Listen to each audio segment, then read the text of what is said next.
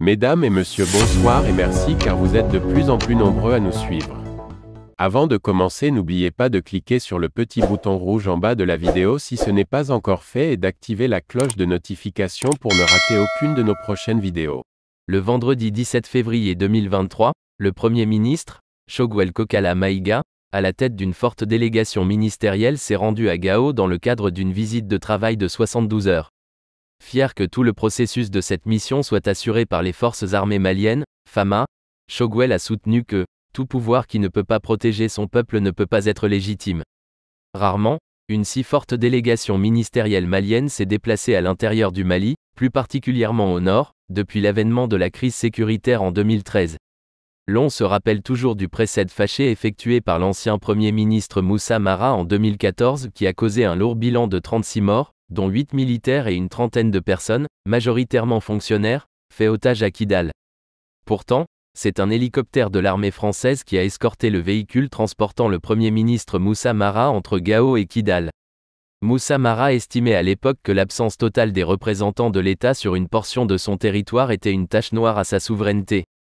Aussi considérait-il que, ces administrations qui forment l'épine dorsale de l'État, gèrent Gao à partir de Bamako. Cette situation qui ne peut s'expliquer ni par l'insécurité ni par d'autres réalités, est un très mauvais signal envoyé aux habitants du Nord, a-t-il rappelé sur sa page Facebook en avril 2022. C'est dans cette même logique que le vendredi 17 février dernier, le Premier ministre, Dr Choguel Kokala Maïga, à la tête d'une forte délégation ministérielle s'est rendu à Gao dans le cadre d'une visite de travail de 72 heures. À la différence de Moussa Mara en 2014, toute la mission de Choguel Kokala Maïga a été organisée et sécurisée par les forces armées maliennes, FAMA.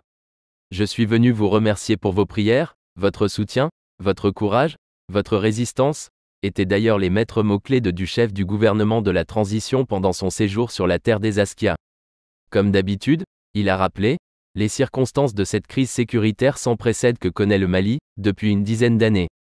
Mais, se réjouit-il cette crise, longtemps entretenue par des forces obscurantistes, soit enfin comprise et déjouée par le peuple souverain du Mali.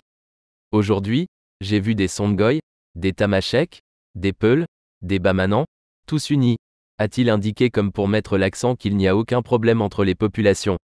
Par ailleurs, le Premier ministre a tenu à rassurer encore une fois que la question de protection des personnes et de leurs biens sur l'ensemble du territoire national du Mali demeure une des grandes priorités des plus hautes autorités de la transition.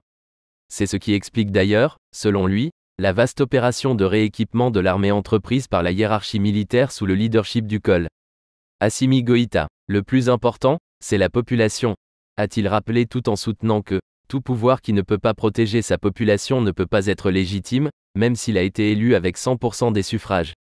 C'est après une souveraineté retrouvée dans le secteur de l'armée, fondement de toute nation, que le gouvernement peut, selon lui, s'attaquer à d'autres maux comme l'éducation, la santé, les infrastructures socio-économiques, etc.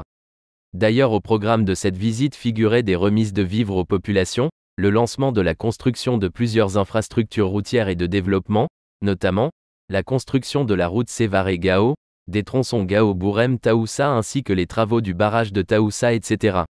C'est déjà la fin de ce flash d'informations.